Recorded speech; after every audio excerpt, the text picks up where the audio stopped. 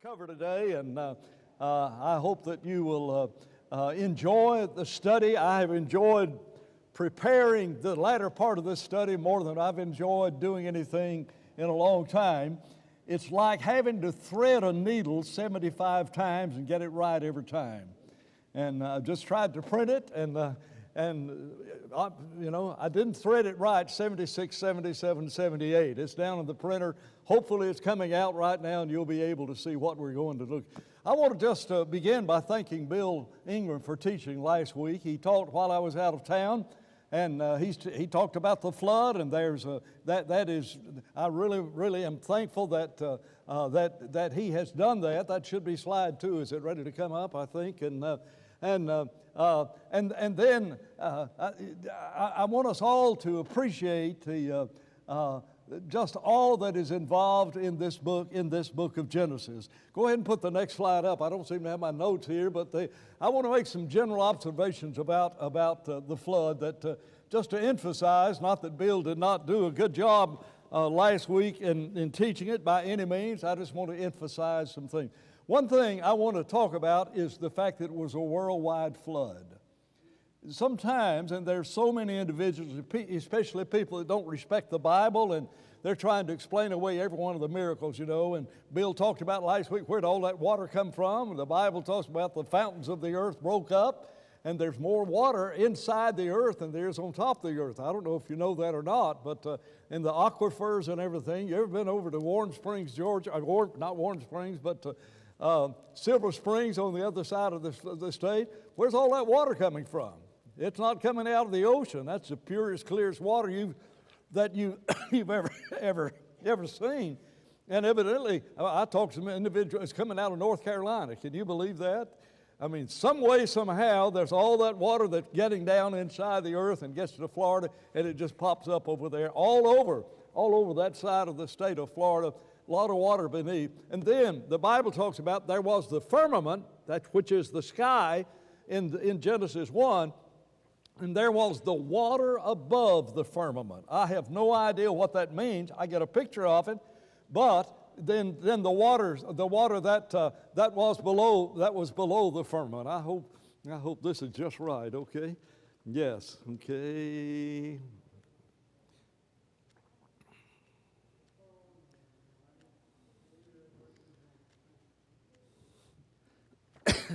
Okay. Yes, this is exactly what I wanted. I threaded it right the last 2 times, so that part of it is great. You'll be getting copies of this a little bit later in this class. But there was that water that was above the sky. And when the fountains when water poured down from heaven, God had no problems. But modernists would say, oh, it was just a local flood. I love common sense sometimes when it comes to the matter of understanding arguments that people make. Common sense would tell you that if that was a local flood, our God is stupid for getting all those animals to come and get inside the ark. You ever thought about that? Just common sense would tell you that if you're going to destroy only the animal, to only destroy the people in a general area, and the flood was very limited, why bring all of those animals and put them in the ark? Just cause them to migrate over, 50 miles away, and then after the flood, cause them to migrate back. And that in and of itself. And then the other thing is the rainbow itself. I will never again do what I have done this time. And he sent many local floods, and Bill made that point exceptionally well. I want to talk a little bit about the size of the ark. I tried to put in some slides that we've made of that the ark experience that's up there in Kentucky. You cannot begin to imagine the size of the ark until you go to. How many of you have seen that ark? Aren't you overwhelmed at how big it is? I mean, I just absolutely, and I had some photos, and they were just too large to get them over and bring them over into this, and that's part of the frustration this morning. They were on their way over, and then all of a sudden they disappeared. I think they disappeared into the cloud, and that's where they're stuck somewhere in the internet between my iPad and my laptop and the printer, and I have no idea where they're stuck, but they'll come out, and I'll bring those back sometime just to give you some concept of it. I believe David mentioned this when he talked about the flood, but when Katie and Kelly were real small, I did the granddam thing and took them out, and we got a string that was 25 feet long. And we measured 25 feet distance starting up at that far end of the property up there, just that northern extremity, and measured all the way down 25 feet at a time to figure out exactly how long the ark was. And, pardon me, and it reached almost to the stop sign out there. And that's amazing. I would encourage you to get some concept of the size of the ark. Sometime just to drive up that northern end of our driveway and then look back out here to where our fence is, down on this end. It's massively, massively huge. And those slides will show it. I should have, okay, put the next statements up there, and I think I'm about ready to go. And that is, as you get out of the size of the ark, the next thing is, I'm ready for the next slide if it will come up. Before getting to the midst of the flood, I want us to spend this time looking between Adam and Noah, the genealogy. We talked about this before, but I'm telling you, it is just better than I thought that it would be. Ricky, come up here. I believe you can handle this. I want to give to you a chart that we talked about last week, and I want us to be talking about it. So, Ricky, just give one to everyone here, and don't anybody look at this when you first get it. I know you will, but I'm going to go ahead and trust that you'll be able to do like kids in kindergarten, and that is to obey instruction.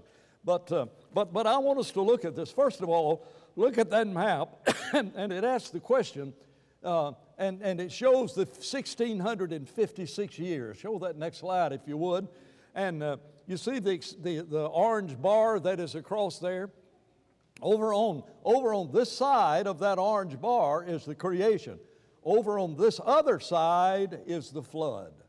And so we've got a timeline that is that represents that distance. So it's 1,656 years, and you'll be getting a copy of this. Now then, let's put Adam on there. How long does Adam live? Anybody have? Would it be over 900? 930 years. Let's lay Adam up there. Adam is how old when his first son is born? And go ahead and put that next one up there, and that'll give us some idea.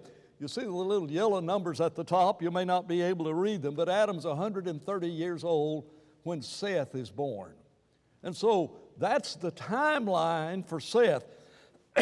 Seth lives 912 years. So he outlives Adam, but did Adam know Seth? Yeah. Seth had a son named Enosh, E-N-O-S-H, not Enoch, but Enosh. And so he has a son named Enosh, and guess how long he lived? 905 years. Adam knew his grandson. He knew his grandson for a long, long time. Cainan is the next individual. Adam would have known him, would he have not? And that is, he lived 919 years. Now, we're getting way, way down in history. You start thinking about this. You know, we're way beyond 1,000 years after the creation. And so Cainan had a son named Mahalalel. Mahalalel lives 895 years. That is remarkable, is it not? Lived 995 years. Do we have enough of those to go around, Robert? I printed 75 of them, hoping that they would all go around. You can go ahead and look at the chart now if you want to. Mahalalel lives 895, and then Jared lives 962 years. Did Adam know Jared? Can you look down from the timeline of Adam there at the top? And does his life extend beyond the period of Jared? What do you know about Enoch? He walked with God. Did Adam know Enoch? Adam was only 612 years of age when Enoch was born. That's remarkable, isn't it? Here's the man that by faith Enoch walked with God. And he could have talked to his, and I don't know how many greats you put to get back to Adam, but thank you very much. But would it have been great-great-great-great-grandfather? Would that be about 4 greats plus a grand and a father to get all the way back? Should be 5 greats, I think, and then grand and father. He knew Enoch. How did Enoch know about God? Wonder what he knew about sin. Wonder what he knew about how God reacts to people disobeying Him. Wonder if he knew anything at all about worshiping God and what lessons might have been learned from Cain and Abel. The reality is, we don't know how all this information was transmitted. But in our minds of the patriarchal age, we've said he spoke to the fathers. And that's the picture that we've had, and that is he spoke to Father Adam, he spoke to Father Seth, he spoke to Father Enosh, to Father Cainah, to Father Mahalalel, to Father Jared, and to Father Enoch. Well, he may have, but he didn't have to. Why? Because Adam was there and could tell them everything about sin and about God's attitude toward it. The faith of Abraham is, the faith of Enoch is truly remarkable, is it not? I mean, you stop and think about the fact, here is Enoch, and he had great faith. Wonder where he got that faith.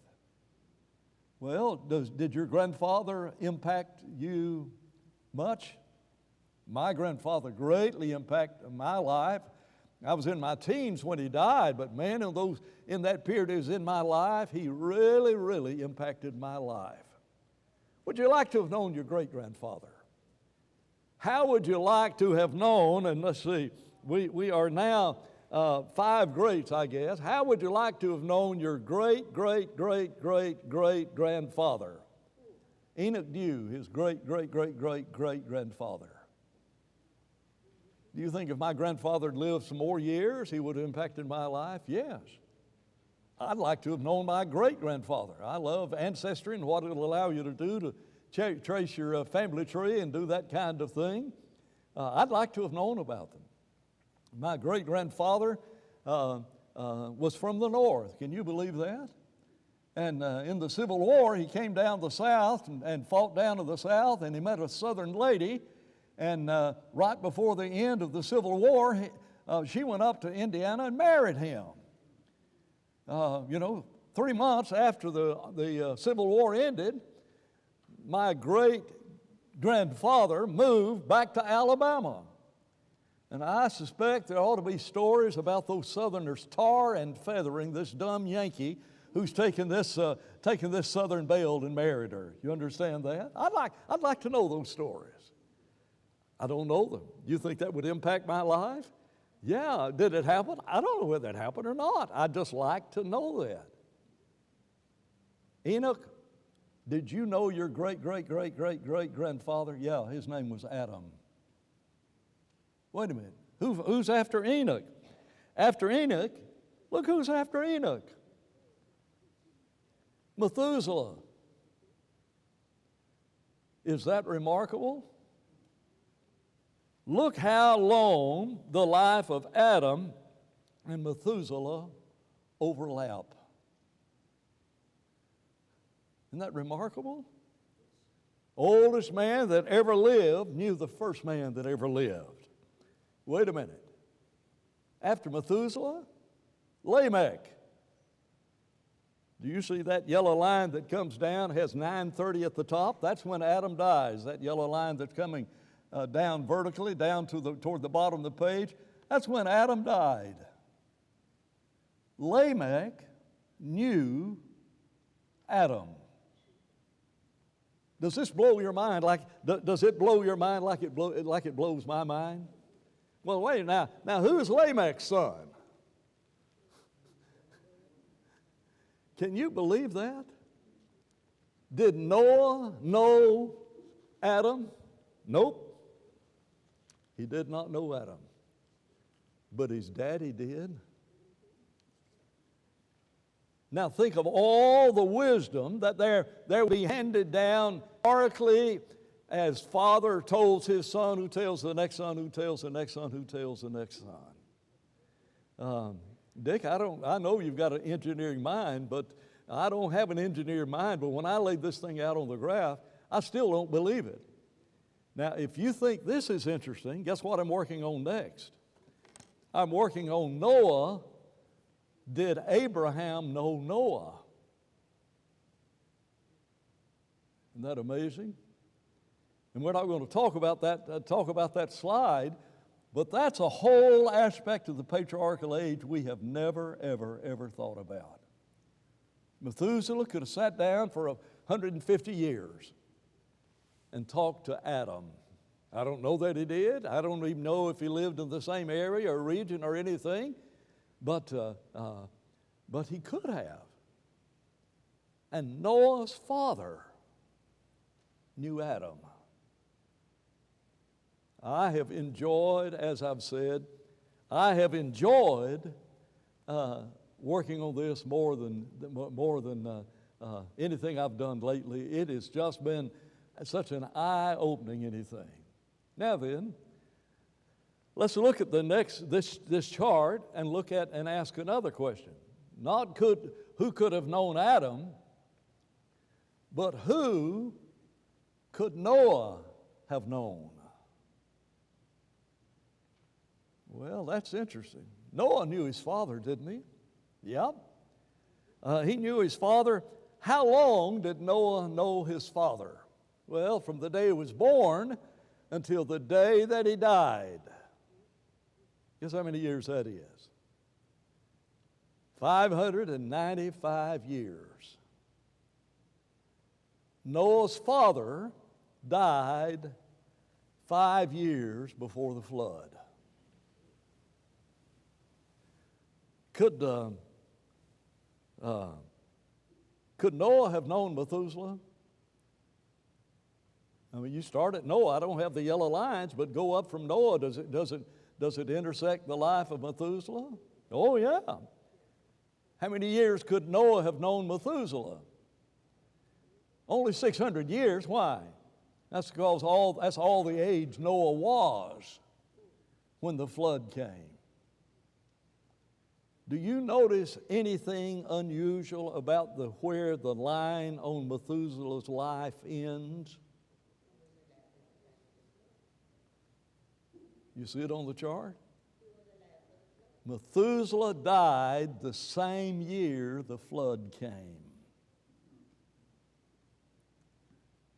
Isn't that remarkable? Did he die in the flood? I don't know, and you don't know, and anybody that says they do doesn't know. He died the same year of the flood. And all you got to do is just take these numbers and just to add them up and subtract them. I love the fact Brother Franklin Camp said, God put these numbers in here for some reason. I mean, how do we know it was 1,656 years between the creation of the flood? Well, that's real easy. You start with Adam from the day he was born, and you get to 130 years, and then you put a marker there, and then you just keep going on down with Adam and keep adding up. This one was this old when his son was born, when the next son was born, the next son was born, and the next son was born, and the flood came at the 600th year of Noah's life. So the flood lasted, pardon me, 1,656 years. I mean, it didn't last 16, but it came 1,656 years after the creation. And so that allows you then to start with the life of Noah and back up 600 years. And that's what we did. That's why he's on the bottom, down at the chart. This only traces the life of Noah. How long did Noah live altogether? Anybody, would you like to hazard a guess? 950 years.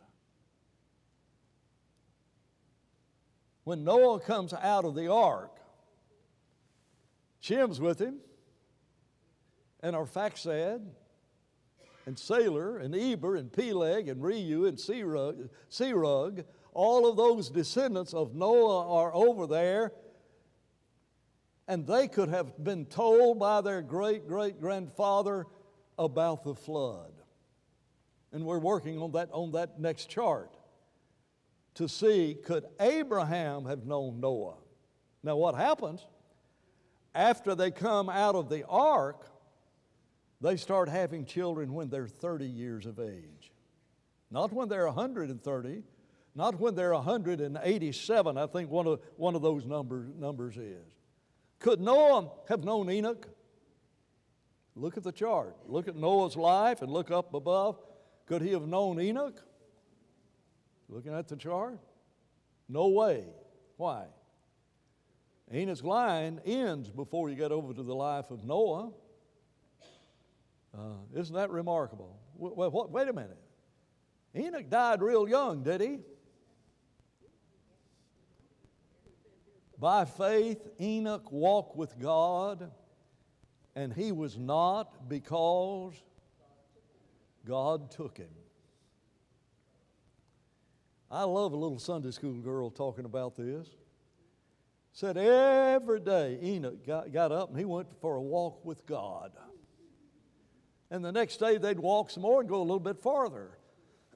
And finally, after they'd walked 365 years, God said to Enoch, "You're so much closer to my house than you are to her house. Come on, go home with me." He was not, for God took him. My grandfather always said things in weird ways to help me remember them. Something about my impact my grandfather had. I was a teenager when he died. You can see this if you'll look at the screen. The oldest man that ever lived. You see him, Methuselah. The oldest man that ever lived died before his father did. Now, how's that possible? If you die before your father does, then your father is a whole lot older than you are. No. Enoch did not die. When you get to Genesis 5, and that's where these numbers come from, and he died. He lived after he begat Seth, he lived X number of years. And all the years of Adam were such and such, and he died. And all the years of Seth were, and he died. And all the years of Enos were, and he died. But when it comes to Enoch, and all the years of Enoch, and he was not, for God took him. Wait a minute. Then there's a gap. Oh, well, there's not really a gap. There's a gap from Enoch, but you go back to Jared. Did Noah know Jared? Look how many years he knew Jared. Noah lived 600 years, and for the first 366 years of his life, he knew his great-great-great-grandfather. That's amazing. Noah's life goes all the way back to Jared. What about Mahalalel? Well, how long could Noah have known Mahalalel? 234 years. Isn't that remarkable? What about Cainan? Could Noah have known Cainan, the great-grandson of Adam?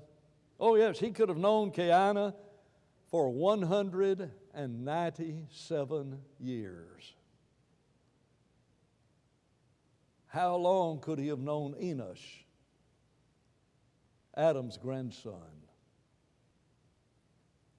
The first 84 years of Noah's life, he could have known Adam's grandson. Does this change your view of the patriarchal age? I'm telling you, it is as eye-opening a study I mean, I knew it, but I'd never put it on a graph.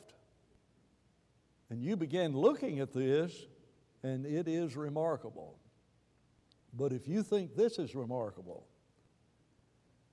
just wait till we get to Noah living 350 years after the flood, and Seth living 500 years after the flood. Now, when you get beyond Noah, the age really begins to drop. And so instead of living 900 years, Shem, I said Seth, I should have said Shem. Shem lives only 600 years. He lived 100 years before the flood and 500 years after that. And then you just keep on going down, and all of a sudden, they start having their children at 30 or 32 or 29 years of age, and they live 175, 187 years. And so now, if you've got Shem living 500 years, when every 30 years or so, for about 5 generations, there's another grandson, great-grandson, great-great-grandson born. It's amazing how far down Shem comes. And we're not going to present that.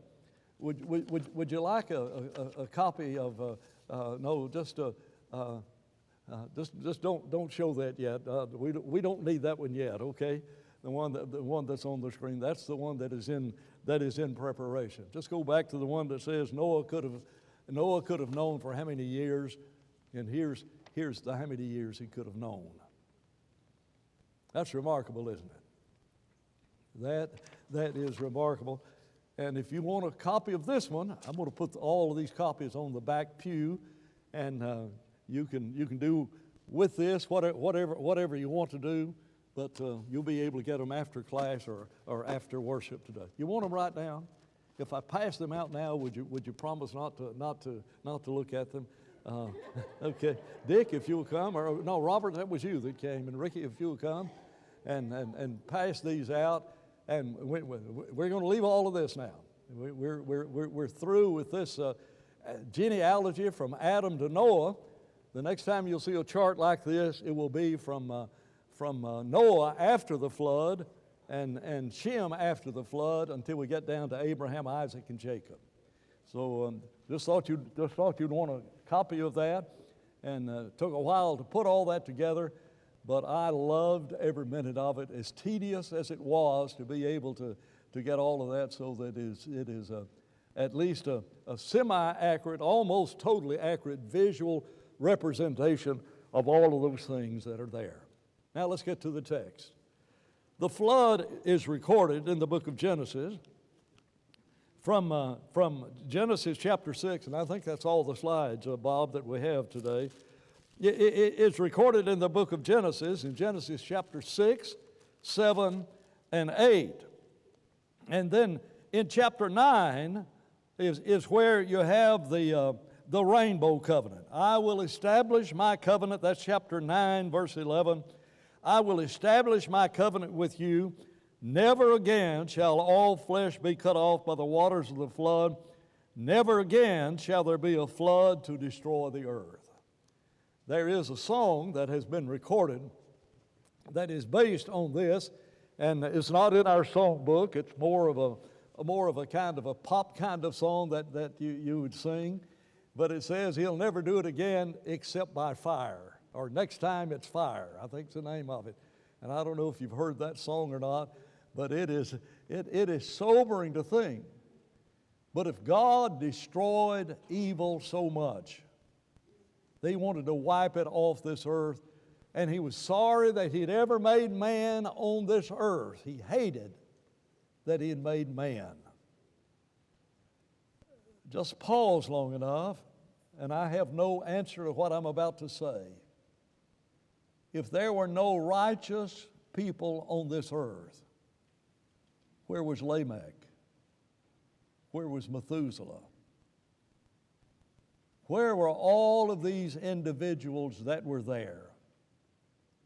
Where was Cainan, Mahaliel, Jared? It shows you, when you get to chapter 6, how quickly nations can become evil, and every thought of man's heart was on evil continually. When God decided to destroy this earth, Noah was on this earth, but so were all of his greats. And they were on this earth, and God said, I'm sorry I've made man. And so I'm not sure how much Adam would have been able to tell his great-great-great-great-grandchildren if they'd even been interested. Hard enough, isn't it, to get your children to listen to you? You know, your grandchildren think you're special as long as you're headed for Walmart and everything, but hard to get them to listen to you sometimes. And so in chapter 9 is the covenant of the rainbow. And then said, starting in verse 18, now the sons of Noah who went out of the ark were Shem, Ham, and Japheth, and Ham was the father of Canaan. How about that? Ham was the father of Canaan. You ever heard of Canaan? We sing about it, do we not? To Canaan's land I'm on my way. Where does that land get its name? From the descendant of Ham. And then you've got an interesting story about that these were the sons of Noah, and from whom the whole earth was populated. I want you to understand that genetically, in these 8 people that came out of the ark, you've got Chinese and Japanese. You've got Arabs. You've got pygmies. You've got aborigines. Genetically, in those 8 individuals is all of the different races there are on this earth. Now, if anybody who's been breeding dogs understands something, it's amazing what you can do breeding dogs, isn't it? You know, at one time there was no such thing as a little Pekingese. And it's a long time, one time there's no such thing as a Great Dane. Now, genetically, there were all of those dogs, but those are specialized breeds that have been brought about by selective breeding, isn't it not? And so you've got all of this. Bert Thompson, who was a creationist that was a part of our work, especially when we were over on 36th Street, but he taught a lesson over there on what color was Adam. Because in Adam and Eve, genetically, you've got the potentiality of all of the races. And if you thought Adam was a white man, you need to go back and rethink it. Genetically, knowing what genes are dominant and what genes are recessive, Adam very likely was not a white man, and Eve was not a white woman. I don't know what color they were. Bert Thompson presented it, and that was his specialty and everything. And it was real interesting to hear him discuss all of this and how all of the races have come about from Adam, and then from Noah, Shem, Ham, and Japheth, and their wives. Noah began to be a farmer, and this is the occasion whenever he drank the wine and was drunk and became uncovered in his tent. And as a result of Ham saw the nakedness of his father and told his 2 brothers. But Shem and Japheth, they're the other 2 sons of Noah, took a garment, laid it on their shoulders, and went backwards and covered the nakedness of their father. That shows to you that nakedness is not God's original plan. When Adam and Eve ate of the forbidden fruit, what was the first thing they noticed? We're naked. And they made clothes. Now, even after they had clothes on, they said, we're naked. I find that part of it amazing. because I think sometimes there are a lot of folks running around with clothes on and they're still naked. I'm not sure if you've observed very much lately, but and I'm not sure whatever fruit that was that Eve ate of, but I wish they'd pass it around America again, don't you? You know, if it's going to make us have a sense of the way that we dress or the way that we undress. Anyway, Ham discovered it. And Ham told his other two sons, and his two sons had a respect for their naked father that Ham did not have. And so, as a result of this, verse 24, when Adam awoke from his wine, and he knew that his younger son had what his younger son had done to him, he said, "Cursed be Canaan." Who's Canaan? That's Ham's son. Cursed be Ham, a servant of servants he shall be to all of his brethren. And all you have to do is to study the genetical races that come out of Ham. And they have, by large part, been slaves around the world. And this is not because of sin, but it is that is just where he says, "Cursed be Ham, he'll be a servant," and doesn't say his skin will be the color of the skin of slaves, but in the application of it. When you look at maps that show where Shem settled and where Japheth settled and where Ham settled, a lot of it's down in Africa. And history has shown that. God could see it ahead of time and said, and this is the consequences of this. And I don't understand everything that's involved and the consequences of it, but Noah passed a curse upon his grandson Canaan. And he said, "Blessed be the Lord, the God of Shem, and may Canaan be his servant, may Jephthah enlarge, and may his dwelling place be, and may he dwell in the tents of Shem, and may Canaan be his servants." And so you've got the descendants of Jephthah, and so you've got all three of some of the races that are there, and God saw ahead of time. And that's not to justify slavery. That's not what that is. That's just God foretelling something so that we can just sort of look and see the fulfillment of it. And you look at the history of it, and that's the very kind of things that came out of that. And I'm somewhat hesitant to even talk about this in this day and age because, well, Dan, are you a racist? I sure hope I'm not. I hope I do not see color and treat people different because of the color. I may do it, but I don't do it consciously. You don't know how much this redneck from Alabama's had to change his heart and his upbringing to deal with that. But Christianity calls you to do that, will it not? To see all men as being equal. And I remember when I came back from New Zealand and Fiji the first time, and been around all of those blacks out there in Fiji.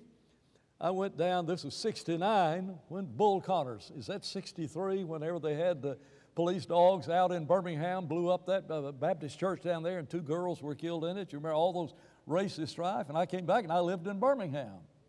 And I went down to the bus station. I was going to go preach in a meeting up in Tennessee, and I was riding the bus up there, and there was a man sitting over there, and I just started talking to him, and found out, we've got to visit. I went over and sat down to him, started visiting with him, and when the time came for us to get on the bus, he got on the bus, and I went on the bus and sat down right beside him on the bus. We just had the greatest conversation I've ever seen.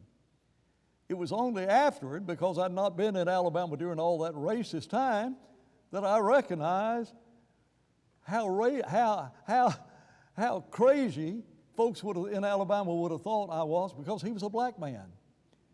I did not even notice he was black. I'm sure I noticed he was black, but I've been in Fiji and being around the Fijians and in their huts and everything. And when I got back, I didn't see color. And all of that hate that was there in Alabama at that time, I was not even aware. I was not a part of it. I was a Fijian at the time, if that makes sense. And that's the way it ought to be in Christ. And we need to understand that in Christ Jesus there's neither Jew nor free, bond nor free, male nor female, rich or poor, educated and uneducated, black or white, Jew or Gentile, and all of the rest distinctions that we make, they do not exist in Christ. And some of the great Bible students I have known were people in Fiji that had a third grade education. They were black, and you'd be amazed what they've taught me about the Bible. What they do, they just had the Bible. Husbands, you'd love this if you were a Fijian.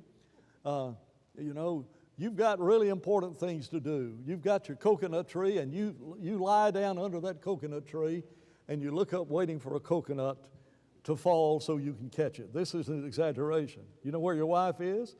The tide goes out, and the wife goes down, and in all those puddles and eddies that there were where the fish have gotten trapped, she gets the meat. And so you bring home the coconut, she brings home the bacon, if that makes sense. And I've told the Fijian men, you've got to understand a little bit more to providing for your own family than waiting for the coconuts to fall out from under the tree, or knowing that 2 miles back over here in this jungle area, there's a banana stalk that's going to ripen in about another 6 months from now, and you want to be over there to bring home the bananas, and so you've got bananas and coconut, and you've got some sort of grapes to eat and things of that nature, but their diet is very, very simple.